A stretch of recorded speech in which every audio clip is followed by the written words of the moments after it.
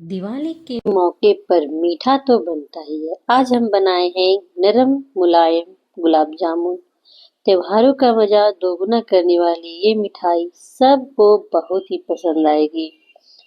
दिवाली का त्योहार रोशनी और मिठास से भरा होता है, तो क्यों ना इस बार मिठास अपने हाथों से बनाई जाए। नरम मुलायम मीठा, जिसे हम पंतुआ भी बोलते हैं, और काला मीठा गुलाब जामुन, कई नामों से इसे जाना जाता है। बहुत ही अच्छी बनेगी, एकदम रसीले, जूसी, एकदम सॉफ्ट नरम, और बाहर का लेयर भी एकदम सॉफ्ट बनेगा। गुलाब जामुन बनाने के लिए बहुत सारे ट्रिक को फॉलो करना होता है, तभी इस तरह से नरम रसीले गुलाब जामुन बनकर तैयार होंगे और बहुत ही अच्छी बनेगी।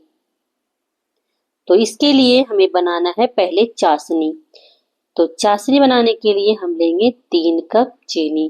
चाशनी बनाएंगे पूरी तरह से, जिससे गुलाब जामुन अच्छे से डूबे और गुलाब जामुन बहुत ही अच्छे बने, एकदम फूले फूले और रसीले। 3 कप चीनी में 2 कप पानी डालकर चाशनी बनने के लिए रख देंगे। दूध को गर्म करेंगे और दूध को आप नींबू विनेगर किसी से भी आप फाड़ सकते हैं। यहाँ पर मैं छेने के पानी से फाड़ रही हूँ। तो चाशनी भी तैयार है, और चाशनी कोई तार वगैरह कुछ भी नहीं होता है, सिर्फ चिपचिपी होती है। पानी जैसा भी नहीं रखना है, चिपचिपी रखना है। तो दूध को फाड़ लेते हैं। दूध में उबाल आ गया है। 2 लीटर दूध है और 2 लीटर दूध में 200 से 250 ग्राम छेना निकल ही जाता है। तो यहाँ पर छेने के पानी से हम फाड़ेंगे, अच्छे से फट जाती। छेने की पानी बासी होना चाहिए और खट्टा होना चाहिए, तभी दूध फटेगी। तो यहाँ पर दूध अच्छे से फट गई है, आप देख रहे होंगे कितनी अच्छी ये अलग हो गई है, पानी भी और छेने भी। तो यहाँ पर हम किसी छलनी में निकाल लेते। एक बड़ा बाउल नीचे रखेंगे और छकनी रखेंगे, और इसी में हम दूध को छान लेंगे, यानी कि फटा हुआ दूध। और इस तरह से थोड़ा छकने से पानी निकाल लेंगे, मतलब अलग कर लेंगे, और इसे ठंडा होने के लिए रख देते हैं। तब तक हम लेते हैं मावा। तो ये मावा घर की बनी है, मार्केट की भी मावा आप यूज कर सकते हैं, और मावा ताजी होनी चाहिए, तो गुलाब जामुन बहुत ही अच्छे बनेंगे, एकदम रसीले। तो ये 400 ग्राम मावा है, यहाँ पर मैं 200 ग्राम मावा ले रही हूँ। हाथों की हथेली से मावा को पूरी तरह से स्मूथ कर लेंगे, जिससे मावा एकदम हल्की हो जाएगी, और इसमें कोई दाना वगैरह नहीं रहना चाहिए, एकदम हल्का हो जाना चाहिए। तो इसको मेसने में, यानी कि हाथों से इस तरह से मेसी सा कर देंगे, तो बहुत ही अच्छे से स्मूथ हो जाएगी। ये प्रोसेस करने में कम से कम 5-6 मिनट लग जाते हैं। आप देख रहे होंगे कितनी हल्की हो गई है। अब इसे हम रखते हैं साइड में और लेते हैं छेना। तो यहाँ पर मैं कपड़े में नहीं निकाली थी, छलने में ही निकाली थी, क्योंकि हमें बनाना है काला गुलाब जामुन। तो हाथों से इसे भी अच्छे से क्रश कर लेंगे, इसी तरह से मैसी सा कर लेंगे, मतलब हल्का कर लेंगे, पूरी तरह से स्मूथ करके हल्का करेंगे। ये भी 5 से 7 मिनट लग जाते हैं। ये प्रोसेस जरूर से करिएगा, तभी गुलाब जामुन बहुत ही अच्छी बनेगी। एकदम हल्की कर लेना है यहाँ पर छेने को। तो यहाँ पर ये भी हल्का हो गया है। और कुछ कुछ ट्रिक होता है गुलाब जामुन बनाने के लिए, तो आप फॉलो करेंगे तो बहुत ही अच्छे से बनेगी, और कभी भी आपका गुलाब जामुन खराब नहीं बनेगा। बनाना बहुत कोई चाहते हैं पर बना नहीं पाते हैं, क्योंकि लगता है कि पता नहीं अच्छा बनेगा या नहीं बनेगा। तो यहाँ पर मावा और छेना दोनों को मिक्स कर लेंगे। दोनों को स्मूथ तो हम कर चुके हैं, पहले इसे अच्छे से मिक्स कर लेना है। और जब ये मिक्स हो जाएगा तब इसमें हम डालेंगे मैदा। तो मैदा यहाँ पर हम 150 ग्राम लेंगे। ये पूरी तरह से हल्की हो गई है। 150 ग्राम मैदा लेंगे, और यहाँ पर हम कुछ स्पाइसेस डालेंगे। तो ये मीठा सोडा है, ½ टी स्पून। यहाँ पर मीठा सोडा ही लेंगे, बेकिंग पाउडर नहीं लेंगे। इससे बहुत ही अच्छी बनेगी, और जब हम इसे चाशनी में डालेंगे, गुलाब जामुन बनेगी और चाशनी में डालेंगे तो बहुत ही अच्छे से रस पी लेगी, गुठली नहीं पड़ेगी बीच में। इलायची का पाउडर डाल देंगे और जायफल डालेंगे फ्लेवर के लिए। बहुत ही अच्छा फ्लेवर आता है जायफल डालने से। बहुत से हलवाई जायफल डालते हैं और बहुत से नहीं डालते हैं, लेकिन फ्लेवरफुल गुलाब जामुन बनाना हो तो जायफल जरूर से डालकर देखें एक बार, बहुत ही अच्छी बनेगी और बहुत ही अच्छा इसका स्वाद आएगा, बिल्कुल अलग तरीके से। यहाँ पर अब इसे मिक्स कर लेंगे। तो अगर आपको लगे कि थोड़ा सूखा है तो जो छेने के पानी है जो हम दूध फाड़ के रखे थे, 1-2 चम्मच डाल सकते हैं। और अगर सूखा है तो, अगर सूखा नहीं है तो ना डालें। और इसे गूंथना नहीं है, सिर्फ मिक्स करना है। और मिक्स करके इसे भी हम बनाएंगे गुलाब जामुन।